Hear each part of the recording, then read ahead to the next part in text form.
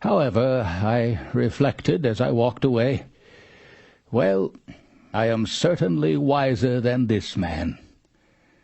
It is only too likely that neither of us has any knowledge to boast of. But he thinks that he knows something which he does not know, whereas I am quite conscious of my ignorance. This profession of ignorance by Socrates has since become known as Socratic irony. In it, ignorance too becomes an object of knowledge. But Socrates' irony is more than only a manner of speaking or of showing up his opponents. Ignorance by itself, for Socrates, is not necessarily harmful. Ignorance becomes harmful when a person's not aware that he lacks knowledge. The ignorant person then has no reason to examine himself and to learn. Knowing that one doesn't know is a form of wisdom, and Socrates claims this wisdom for himself. Of course, in repeating this claim at his trial, Socrates could only add insult to injury. It surely didn't help his cause. But the method he uses at his trial is the only one he knows. He speaks the truth and directs it at the people who most need to hear it.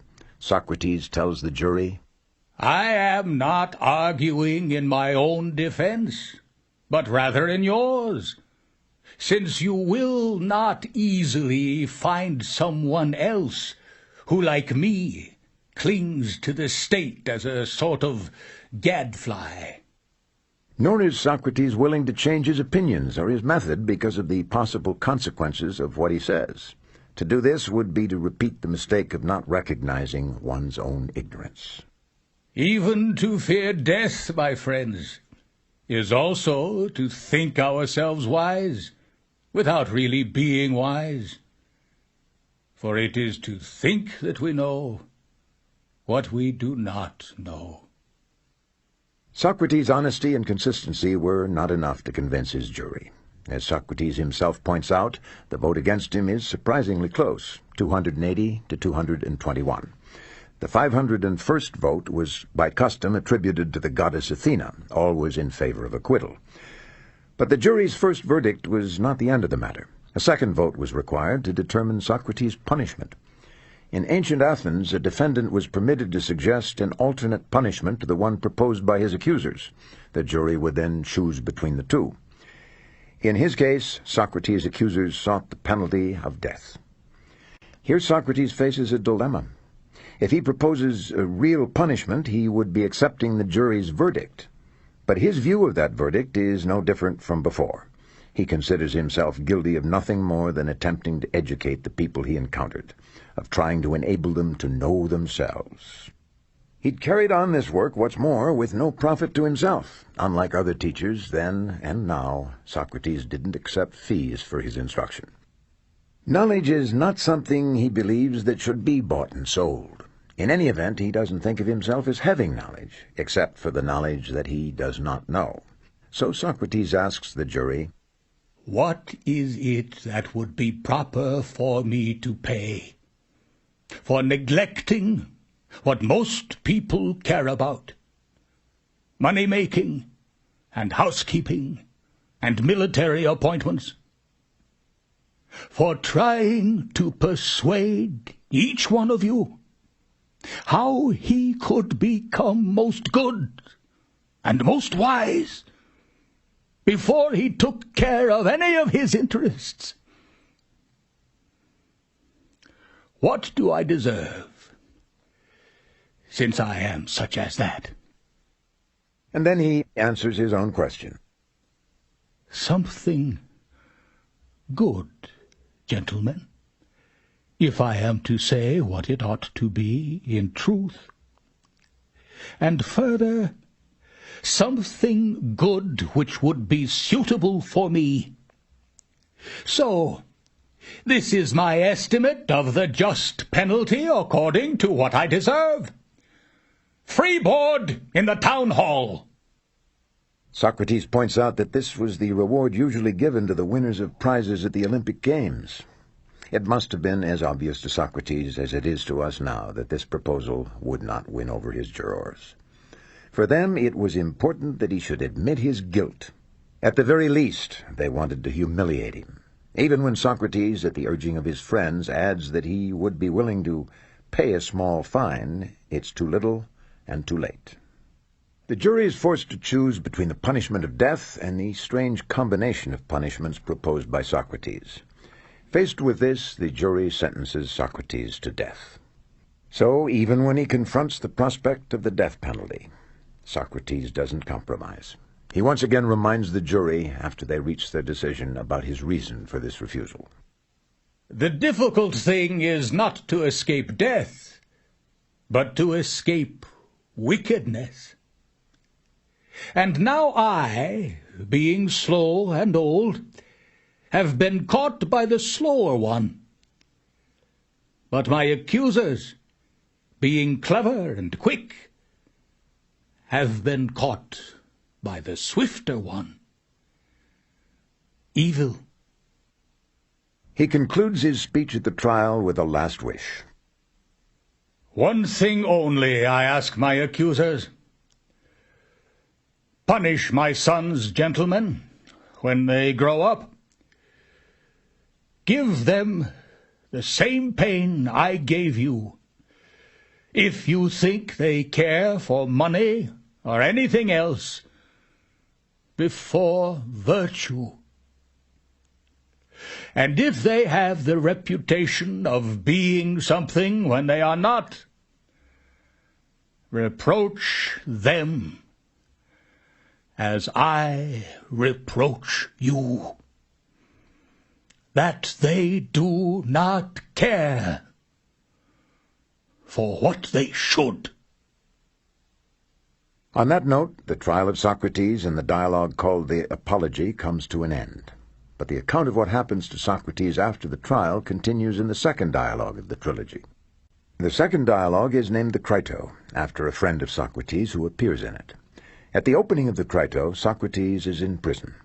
Crito informs him that a ship which has been sent on a sacred mission from Athens is expected to return the next day. While the ship's away, no executions can be carried out. But the news of its return means that time is running out. Crito tells Socrates of a plan. He and other friends have raised enough money to bribe the jailers to allow Socrates to escape. Crito tells him that many cities would welcome him if he were willing to leave Athens. Surely he shouldn't sacrifice his life needlessly. By allowing Athens to carry out the death sentence, Socrates would be contributing to a miscarriage of justice. At the same time, he'd be abandoning his friends and his family. So Crito urges Socrates. There, Socrates, if you aren't careful, beside your suffering, there will be all this disgrace for you and us to bear. Come, make up your mind. Really, it's too late for that now. You ought to have made it up already. There is no alternative. The whole thing must be carried out this coming night. If we lose any more time, it can't be done. It will be too late. I appeal to you, Socrates. Take my advice, and don't be unreasonable. Crito's words of counsel seem compelling, and there's reason to believe that even Socrates' enemies half expected him to escape. But here, as always, Socrates finds questions to ask, questions which undermine Crito's argument and which, in Socrates' view, Crito has ignored. What's at stake is not only Socrates' life, but certain basic principles. So Socrates reminds Crito, We must value most, not living, but living well. And we must then first examine whether we shall be doing right in paying money to those who will get me out of this, or whether we shall be doing wrong. We must not, after all, do wrong in return, or do evil to anyone in the world, however we may be treated by them. Socrates wonders whether justice would be served by his escape. And here his objections to Crito's plan begin to emerge. Crito has failed to consider a crucial question about the relation between the individual and the state. This relation imposes heavy obligations on the citizens, Socrates points out. These obligations are evident in the similarity between the laws of a country and one's parents. By means of the laws, Socrates suggests, people are educated and receive their values. Like a parent, then, the state is responsible for the moral character of its citizens. for the people they become. By escaping from prison, Socrates would be rejecting those laws, much as if he were to attack his own parents because he disagreed with the decision they made. By agreeing to escape, Socrates would be denying more than the verdict. He'd be rebelling against all the laws of Athens, against the authority of the state, and in effect, against the state itself. At the very least, he'd be claiming that the state had no right to judge him. And Socrates' response to this is clear.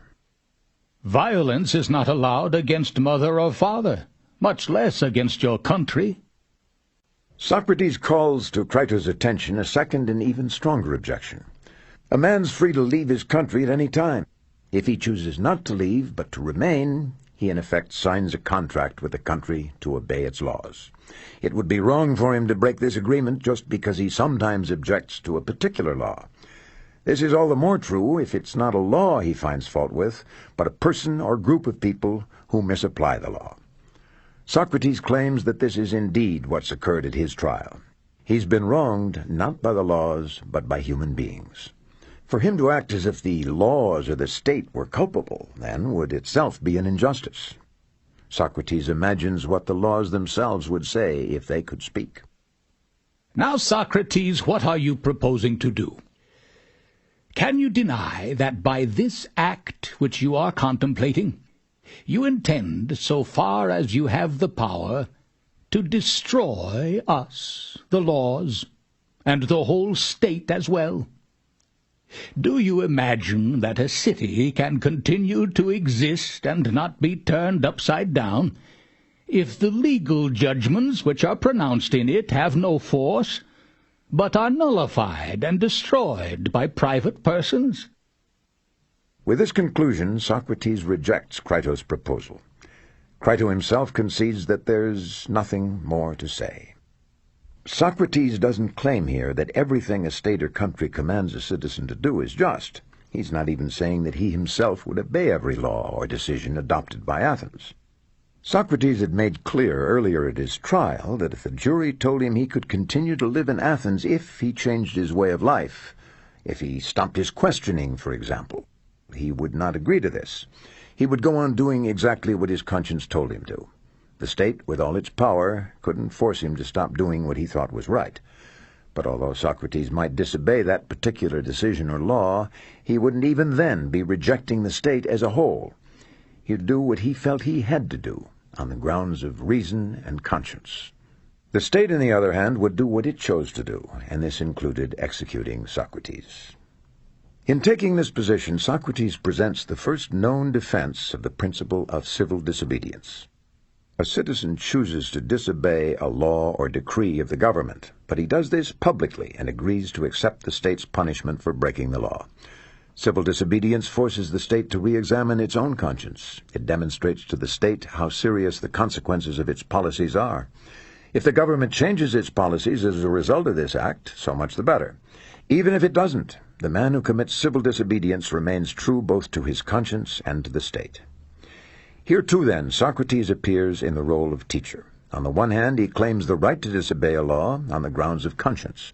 On the other hand, he would commit this act of disobedience publicly, with no attempt to conceal it or to avoid the consequences. He accepts the right of the state to judge him for breaking its laws. Having reached this conclusion, Socrates could hardly then attempt to escape the punishment that Athens had set for him. So he awaits that punishment patiently. In making this decision, he recognizes the claims of his own principles and of the laws as well.